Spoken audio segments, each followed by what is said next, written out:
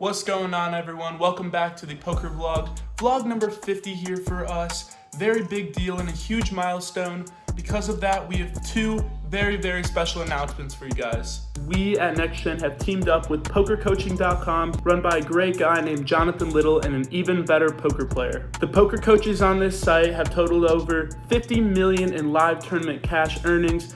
Pretty insane. We'll have a link below for you guys in the description box. There's plenty of free content as well for y'all to soak up. Frank, Rosie, and I have completed majority of the Cash Game Masterclass. We have really seen an improvement in not only our thought process as a poker player, but also our play. There are plenty of interactive hand quizzes. They're very fun and a great way to learn both tourney and cash games of all stakes. There are also several challenges on the site. They're super useful for tournament prep and cash game shot taking if you're planning on playing a larger game than you're used to. These challenges are great to really make sure that you're prepared before you step onto the felt. There are also a ton of tools that you can use on this site. There are plenty like GTO pre-flop charts for both cash games and tourneys, which I believe are super important for all players. We will have some super exciting giveaways with PokerCoaching.com in the future, so make sure to tune into our future vlogs, as well as on our TikTok. We will have some really awesome giveaways for you guys, so be sure to check that out and make sure to head over to PokerCoaching.com. The link below again in the description box. Go check it out.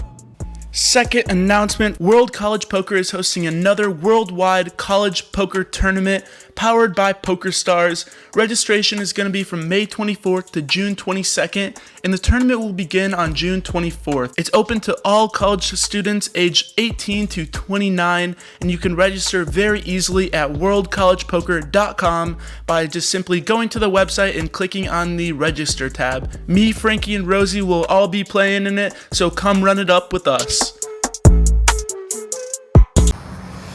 Yo. How we doing? In front of a familiar place, if you could see it.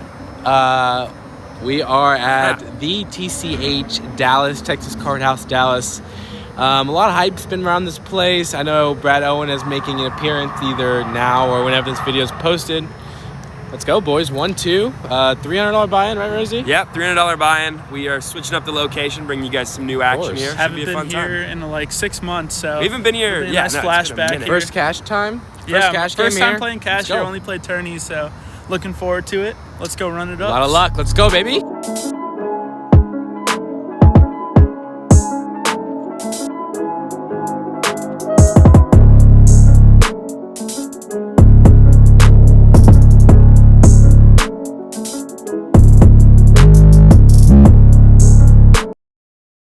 Let me set the scene. We are at Texas Card House Dallas, which has had some amazing live streams recently, huge pots, but no, we are just at a 1-2 table.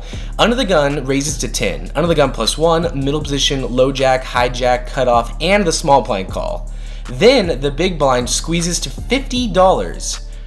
The under the gun +1, middle position, low jack, and hijack players make the call before the cutoff makes the call, and he shows me 4-7 offsuit. Okay, we're gonna sweat out the small blind, who's gonna have a stronger hand out of position.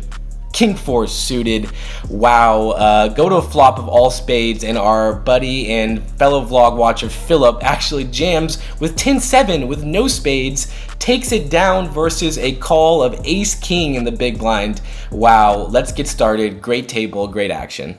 This hand takes place before that last one. This is my very first hand of the night. I look down at pocket queens under the gun. I make it $15, and we see a call from under the gun +1, the low jack, the cutoff, the button, the small blind, and the big blind. What the fuck? 7 ways to the flop. I don't know what I'm looking for besides a queen. The board comes 7-4-4 rainbow. Now, what do you guys do here? I decide to go for a bet. I make it $25. I want to keep everyone's range wide, but I'm obviously terrified of a 4 because it went 7 ways. We see 2 calls, the hijack and the small blind. Now we're going off to a turn card, which is not a good one, the 8 of clubs. This hand just, it looks scary. It connects the board more. The obvious draw 5-6 gets there, so now I decide to check, and the hijack player bets $120. I don't know what to do in this spot with an overpair. I really think that the 8 was a horrible card because the only draw got there. The only draw on a rainbow board. So for that reason, I end up just check folding this hand and off to the next one. So let me know what you think about that, and we'll try to make it back in the later hands. All right, boys, first hand for me, we got King 10 of diamonds in the cutoff. Middle position opens to $15. I make the call, small blind calls, big blind calls. We're going 4 ways in position to a flop of King Queen 8 with 2 clubs. We hit that top pair. Checks all the way to me. Middle position does not c-bet. I elect to fire out for $30 here. The big blind, who is a very tight older gentleman, makes the call, and the middle position pre-flop aggressor makes the call as well. The turn is an offsuit 3. It's the 3 of spades. Pretty safe card.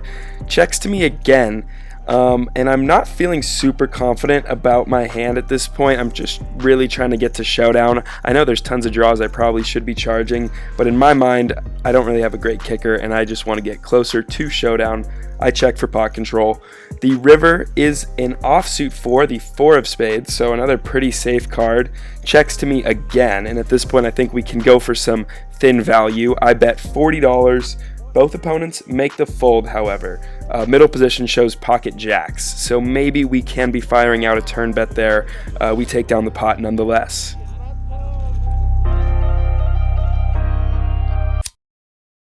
My very second hand of the night, we get into a pretty fat bomb pot and end up scooping both boards. Unfortunately, didn't get it on camera, but I am starting to warm up to these bomb pots as we enter the next one. On the next dealer change, we look down at Queen 2 under the gun, offsuit. The flops come Jack 10-4 rainbow, and the other board comes Deuce Deuce 9, so we drill trips with a pretty solid kicker on the bottom board. However, on the top board, we've got one overcard and a little bit of backdoor equity. When it checks to me, I think this is a good spot to lead out. I bet $30, gather some information from my players, and we get 5 callers, so that's about all the information I need to shut down on pretty much every turn card, unless it's a queen on the bottom board. The turns come 8 and 7, so nothing much changes. We do pick up a gutter on the top board now. I decide to check, and middle position doesn't hesitate to rip it all in for $240 total.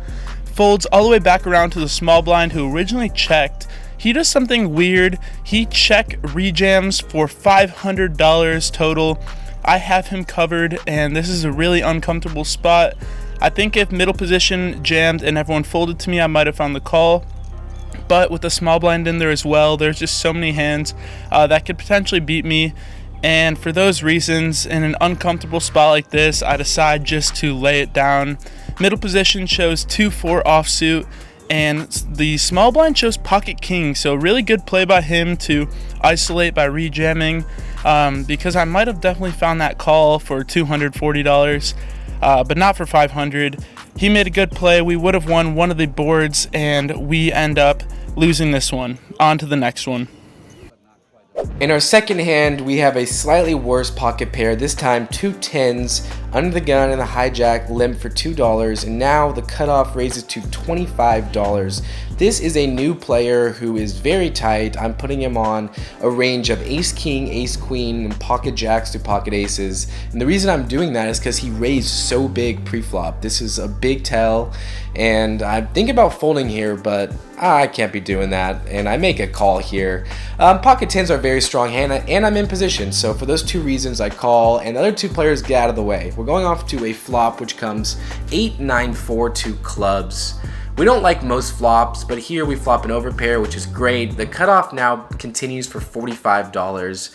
My red alarm is up, but I just make a call here, and we're going off to a turn card, which is a 9. The cutoff checks to me, and I actually like a check from him because I know that there's no 9s in his range. So I could be bluffing here, but I want to take my overpair to showdown relatively cheaply, so I check it back here. We're going off to a river, which is a queen. So ace queen gets there, obviously not ideal for us. I don't know what I would do facing a bet, but thankfully it doesn't come to that. The cutoff checks, and I check it back here. The cutoff flips over his hand, pocket jacks. So one of those combinations of hands that beat us, and he outpipped me a little bit. We're off to the next one. Can't do much about it.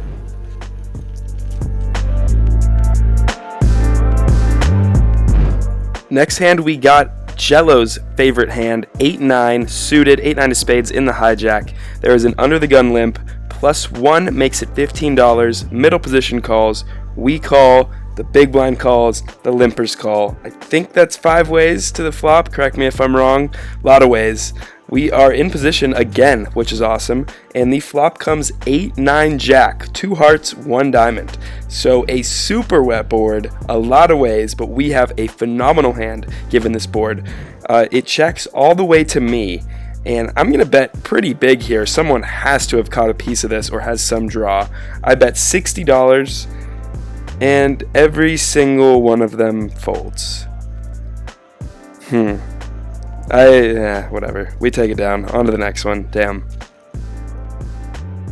Wouldn't be a proper TCH vlog if there weren't some session-altering bomb pots to just ruin everyone's day.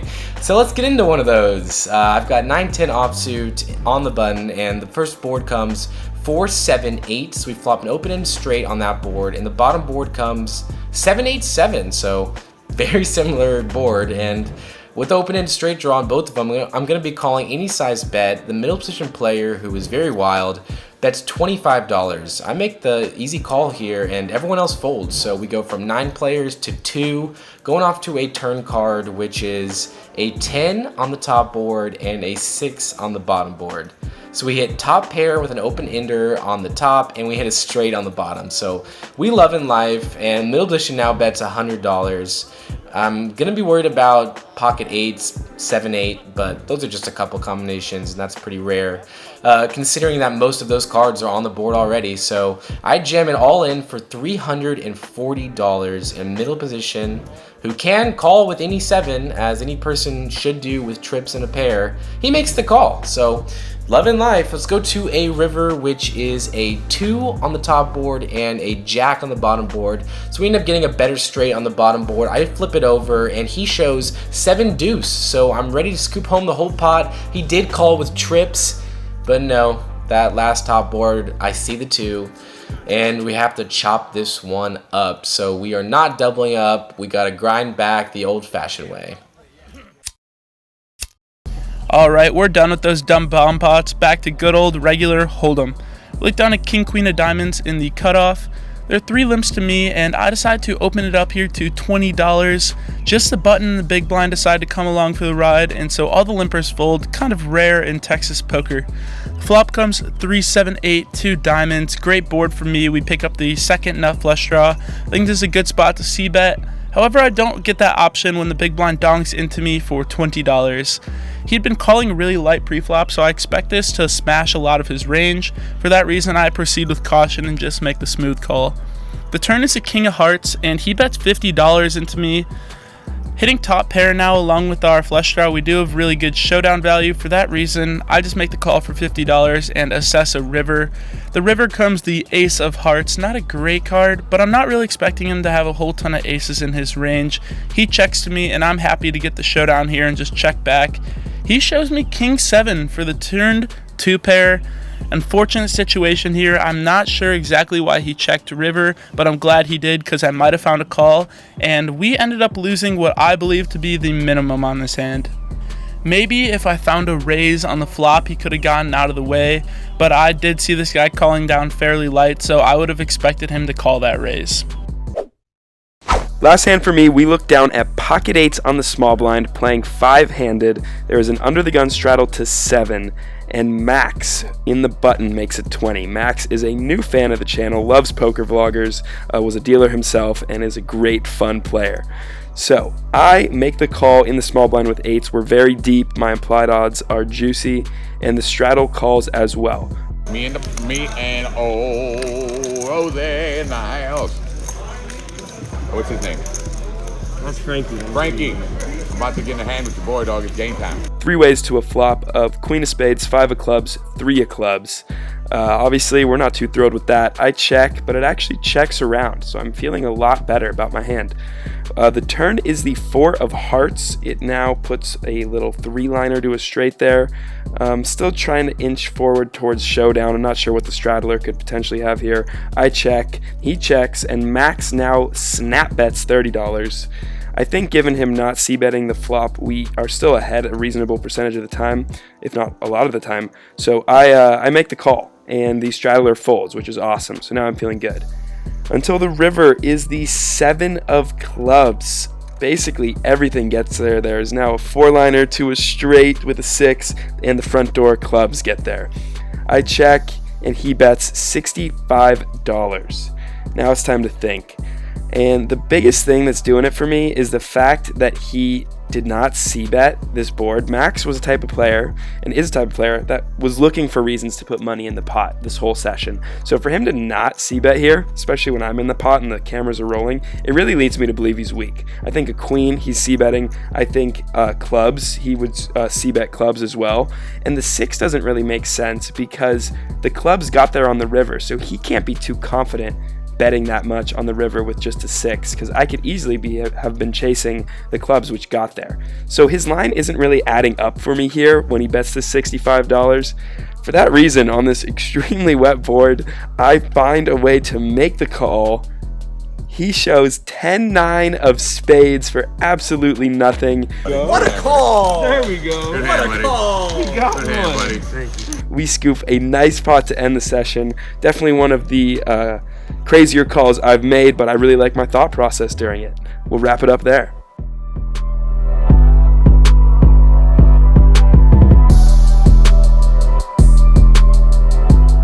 Well, we wrapped up our session at TCH. Obviously, a great place to play some poker. Not a great place to make some money for me today only. That was good. I bought in for $500 and we cashed for $220. That is a loss of $280.